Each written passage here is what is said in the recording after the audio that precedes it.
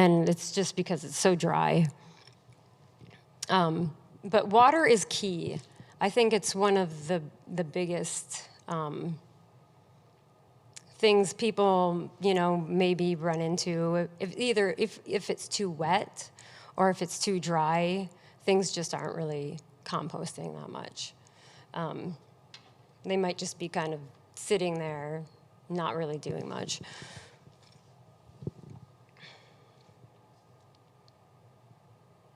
Next slide.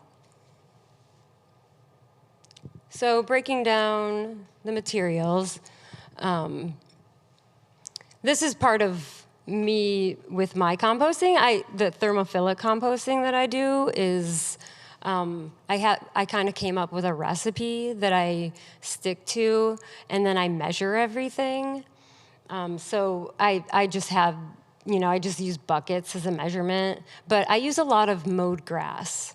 So I have a mulching mower, and it just, mows it and picks it up, and then I use it in the compost. It's a great way to add nitrogen and kind of heat your pile up a little bit, especially in the springtime. The first flush of any growth, like grass or anything, is really high in nitrogen.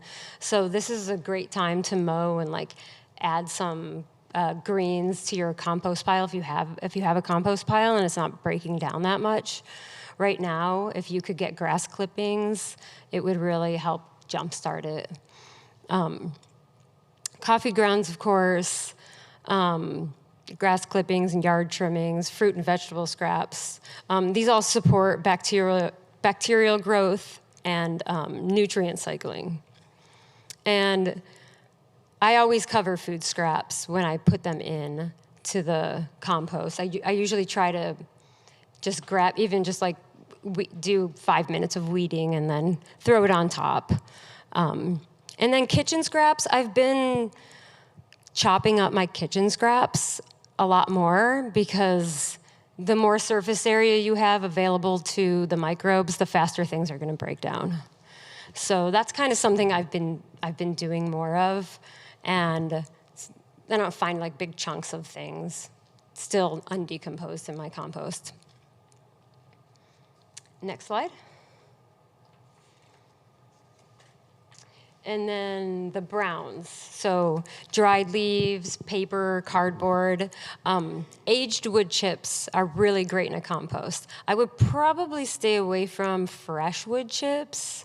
They just take a while to break down. I mean, you could, if you're just letting it sit, if it's a static pile, it's probably fine, but wood chips are some of my favorite ingredients in a compost pile. They feed the fungal growth, and most compost doesn't have a lot of fungi in it.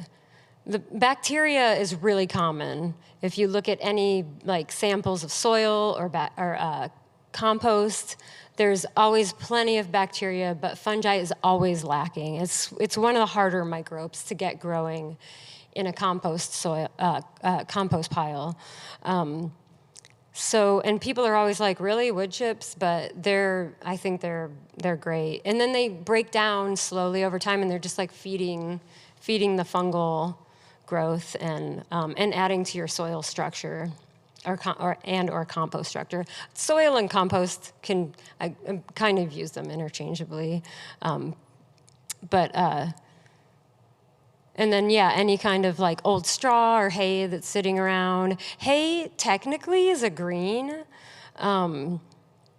It's a green would be anything that you cut down when it's green still. So leaves, if they're green you cut some branches off of a tree and you took the leaves off of it, they would be green. But then if you waited till the fall when they're brown, they'd be considered a brown. So hay gets cut green, so it's considered a green. But if it's old and sitting around, the nitrogen's gonna get slowly dissipate, and then straw is cut brown, so it's considered a brown. And then the browns are they could be like up to 60% of your compost pile. So you can put a lot more browns in to, get your compost going. And varied wood chip size also is helpful to have in a compost pile. Next slide.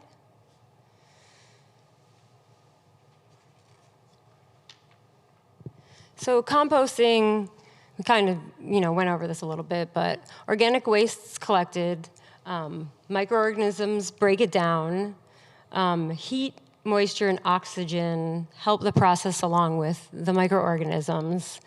And then the result is a dark brown, crumbly, earthy, smelling, it should smell earthy, and you pretty much shouldn't see any parts of what you've put into it. Wood chips will still be there, but any food scraps should be decomposed. And then we kind of went over a little bit. Microorganisms they pretty much do all the work. And then the microorganisms are on all of the starting materials that you put on there. And the more diverse materials that you start with in a compost pile, the more diversity you're going to have in your finished compost. And diversity is resilience for your plants. So it's really helpful to get different stuff in there. And food scraps are like number one, because if you're eating all kinds of different vegetables, you're going to have a variety there. Next slide. So some things you might not want to put in your compost pile. Large amounts of meat and dairy products. Some people say you shouldn't put any. I put small amounts of, like if I have fish skin or something like that. I put chicken bones in my compost. A reason maybe you wouldn't want to put certain like meats in there or bones is it attracts animals. But everything, anything organic is going to break down. Oily foods, pet wastes, I would stay away from, and diseased plants. If you have something like tomatoes that had a disease or something, maybe just kind of throw them off to the side in another spot or something. That's kind of it's not. You don't have to, because usually the microbes often can take care of most things, even diseased plants in a compost pile.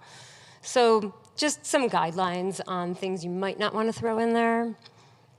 They can disrupt the biological balance and introduce pathogens. But again, just some guidelines. Okay, next slide.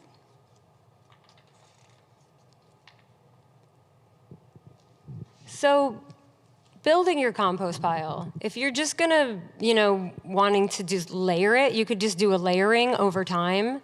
But it is good. I always start a compost pile, like my static compost piles. I always start them with sometimes I just put sticks on the bottom or wood chips, kind of give it some space from the ground just for the airflow again. And then every time I throw my food scraps in, sometimes I'll mow grass and have a reserve pile of grass, or I have old straw or something. I like to alternate if I can. So you can one time throw green, next time throw brown, and kind of start layering it. And then if it's dry, you could even add water. And so you could, if you wanted to, you could build a pile all at once. If you're just experimenting and you don't want to put food scraps in it, you could layer browns and greens and then just let them sit. And also that would be a way to compost. You don't necessarily need to put in food scraps.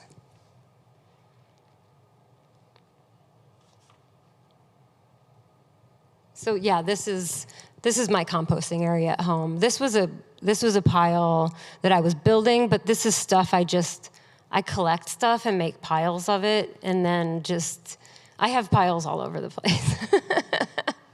And also when I drive down, like around on like the country roads I live on, I'm constantly looking for materials to compost.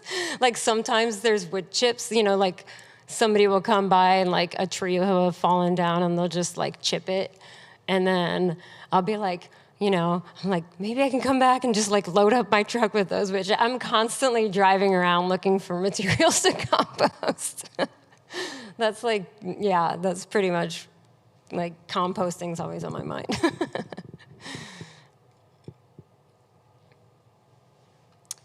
And then size is something to keep in mind. Ideally, 3 by 3 is a good size. 4 by 4, somewhere in there. It supports heat, and it kind of gives it a mass for the microbes. They kind of, they want that, like a bigger area. Oh, next slide, sorry. Oh, you did, okay. And so like this is a system that you could do if you wanted to just build a compost pile. This was just a pallet. I covered it with hardware cloth, and then I just took a piece of old fencing and put it on top of it and loaded it up with a bunch of stuff, and greens and browns. I mixed them all together on a tarp first, and then just loaded this up. And you could do it right on the ground. This was kind of a way to keep the airflow, so so that oxygen's flowing through it, and then if it gets too wet, it has some drainage on the bottom. But and then if you needed to turn it, you wouldn't want to have necessarily like a huge pile that you have to turn. So keeping it, that's pretty much probably close to a 3 by 3. It might be like 3. It might be like 3 foot wide by 4 feet high or something. And that will, over time, that's gonna shrink to half the size. So usually you'll get about whatever size pile you started with, you'll end up with half of that.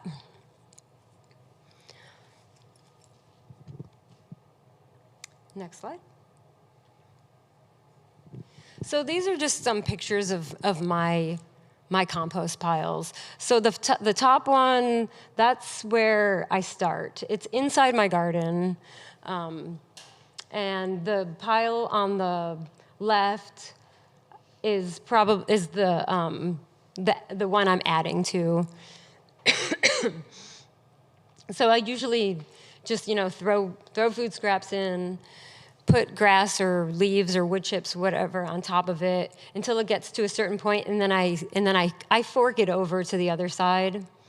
So I do kind of turn it, but I keep it small. And then when it gets, usually around fall, when I'm, all of my vegetables are done and I'm cleaning out the greenhouse and my gardens, I'll move it out to outside the garden, and I just mix it in with all of my vegetable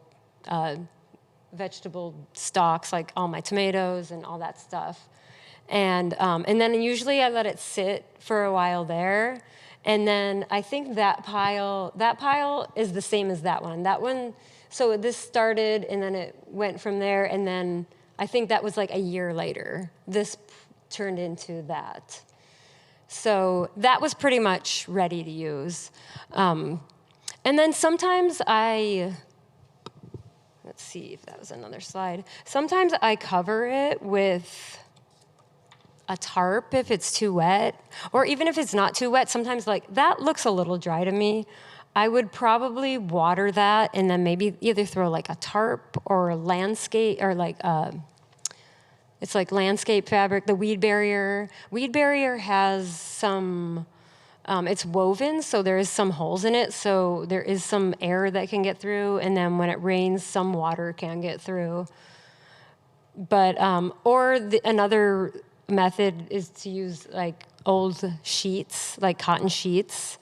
Sometimes I'll just put that over the top of it to either protect it from the sun, and getting too wet or too dry. It's kind of like the Goldilocks thing. It wants to be, just right. You want your compost to be like 50% moisture, which would feel like a wrung out sponge.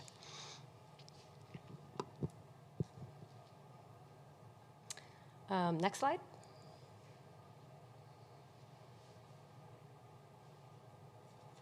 So managing your compost piles. So managing for moisture and smell. I kind of went over this in the last slide, but covering it with something if it's too wet or too dry. Adding water if it's too dry is a great idea. If it's too wet, when like a bunch of rain's coming, maybe throw a tarp over it. And then if it's too hot or if it's too wet, you can punch holes in it with you could just take the end of a shovel or something and just like kind of poke holes in it to aerate it a little bit, or like if you could turn it. And if you don't want to turn it though, punch holes in it first if you don't want to do the work. But also turning it is helpful if it's too wet or smelly. That's, you don't want a smelly compost pile. At least I don't. Next slide.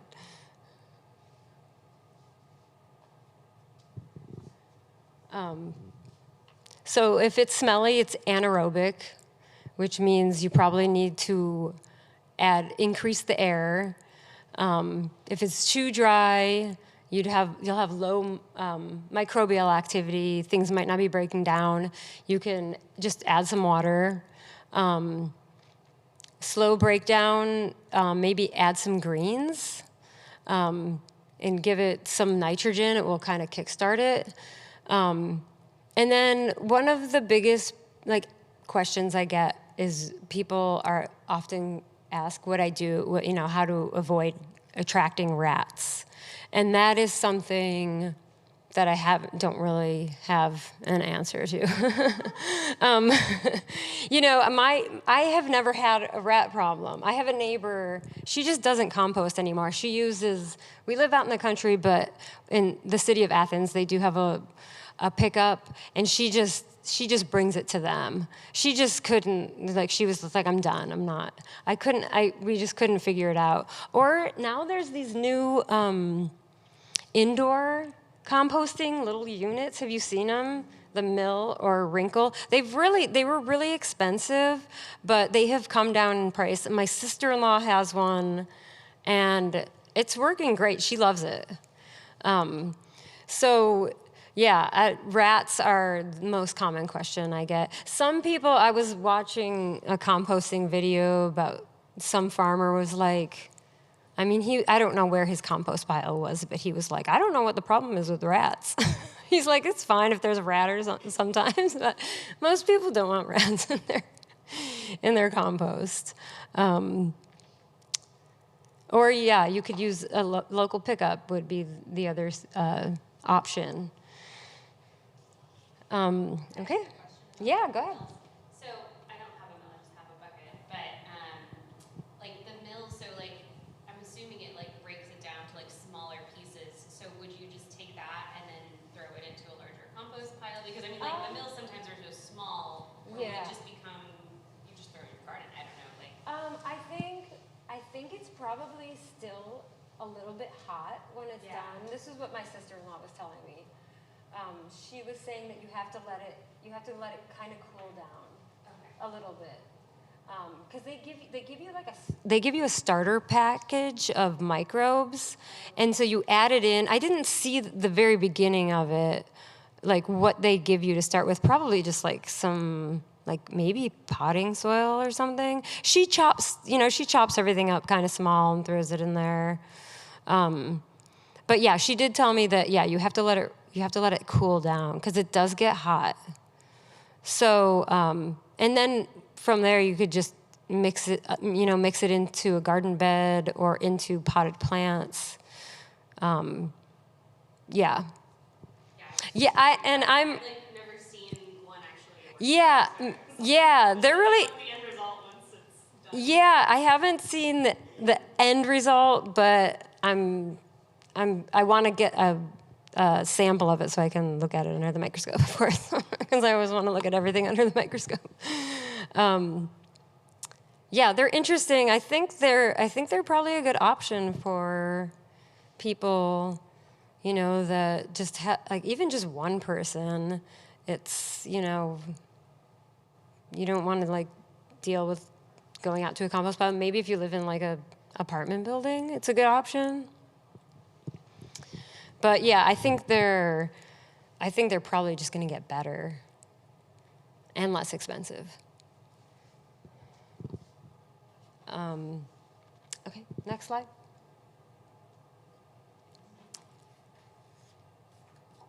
This is a finished pile of compost that I made. I'm really proud of it. I'm really proud of every finished compost pile. So yeah, materials are no longer recognizable. Like it doesn't look like different parts anymore. It looks all like the same soil, dark, crumbly texture, earthy smell, and then of course you don't want it to be hot. So, and it depends on what you're adding to your compost. We didn't talk about adding like manure or anything like that. That's also something you can add. But manure is really high nitrogen, so you only need to use a little bit of it. Like in a thermophilic pile, you only want it to be like 5 to 10% of your pile, because it will just get super high. I've had piles get up to like 165 degrees, and you can start a fire at 180. Like there's been issues with composting facilities catching on fire because, yeah, things could get really hot. I've had to turn a pot, like I had to like, I was like, do I need to stay up and make sure this pile doesn't get to like 175? It was fine though. And that's the beauty of having a recipe if you're gonna do a thermophilic compost pile, because you don't want to start a fire. So yeah. Next slide.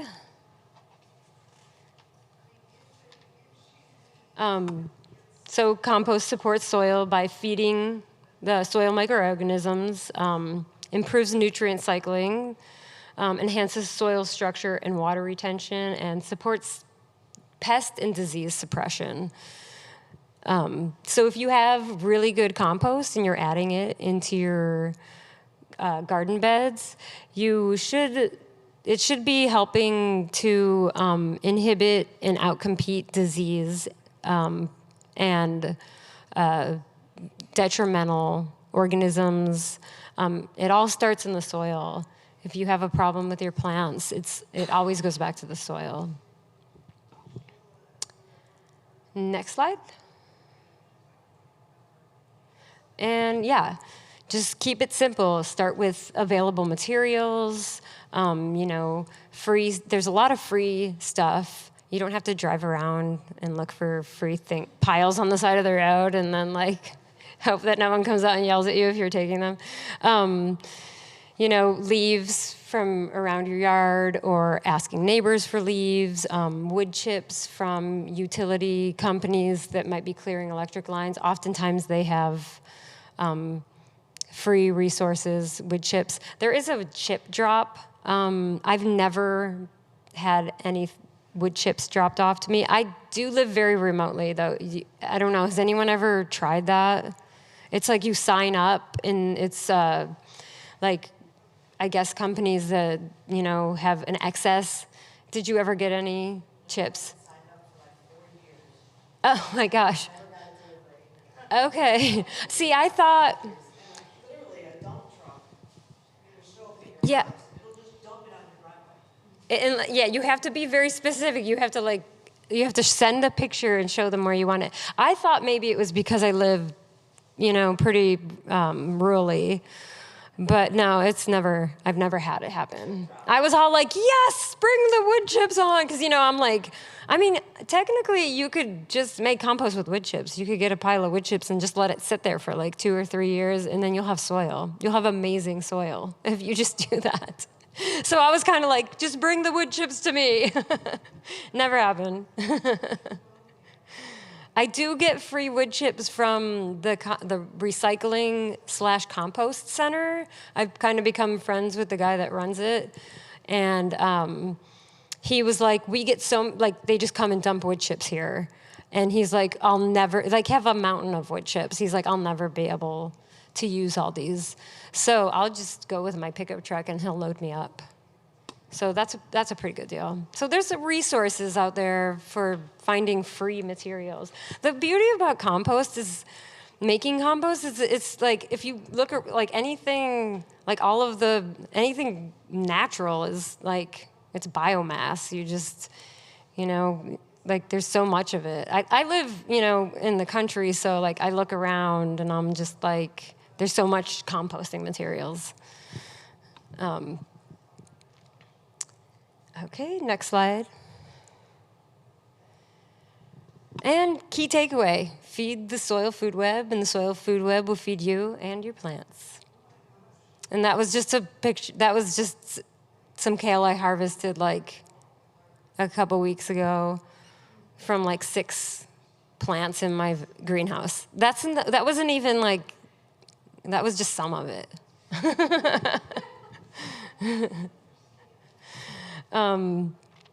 And that's it. I'm ready to take all of your questions. If you have any. Questions, thank you, Gina. If you have a question, please raise your hand. I'll come around with the mic. If your grass has fertilizer or pesticides on it, can you use the clippings, or would that damage the... It's going to damage the microorganisms. Anything within a side at the end of it means to kill, and it means it will kill anything that's living. But you could still put it in there. But yeah, it's not the best case scenario.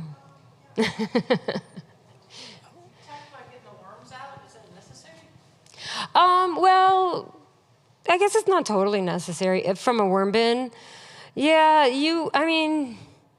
I guess it's not necessary. But if you want to keep your worm bin going, you wouldn't want to take all your worm, you wouldn't want to just take your worm bin and dump it out, because then you'd have no worms left. Right. So you want to save them for the next batch. Yeah, so I had a little sifter, and it just, was just like a hardware cloth. You're not supposed to use metal, though, I read. Because I guess the worms, it's not, they don't like it. But I just put it in there and then kind of just shook it. And that worked pretty good. So yeah, it's not that hard. There's all kinds of different composting or vermicomposting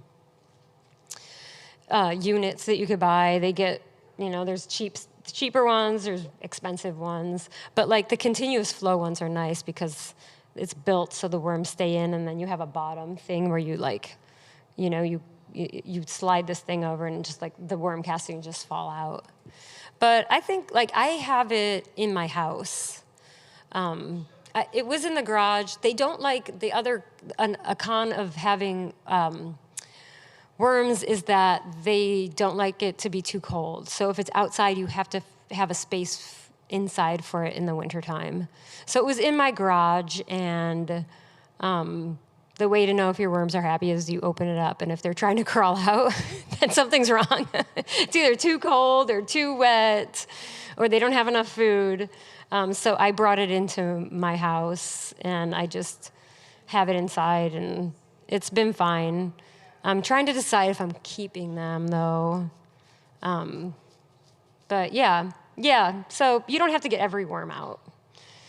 But yeah, if you want to keep it going. We had a question online. Someone asked if you had, like, if there's a recommendation for a ratio for like green to brown material. Yeah. You want like greens around 30% and browns around 60%. So that's so yeah, less, and you don't have to, if you're just doing a static pile, you don't necessarily have to measure it, but yeah, more browns than greens. We have a question for common greens. Do any of the food markets have compost pickup? Actually, yes, our Clintonville market has a compost pickup. Wonderful. The answer was the Clintonville market has a compost pickup. We have curbside pickup all over Brooklyn. Yeah. They could come to the market.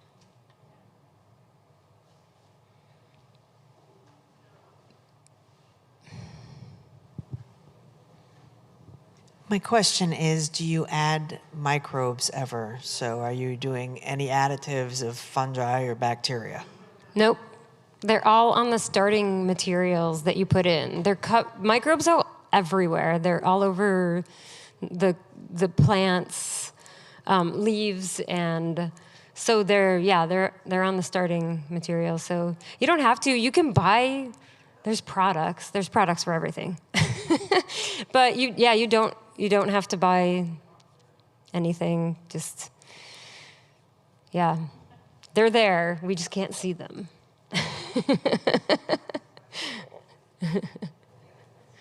Well, Gina, thank you so much. This was so informative, and happy composting to everyone who's attended either in person or online. And thank you, Abby Turner. Thank you, Common Greens. And we look forward to seeing you at the farmers market this season. Thank you, Gina.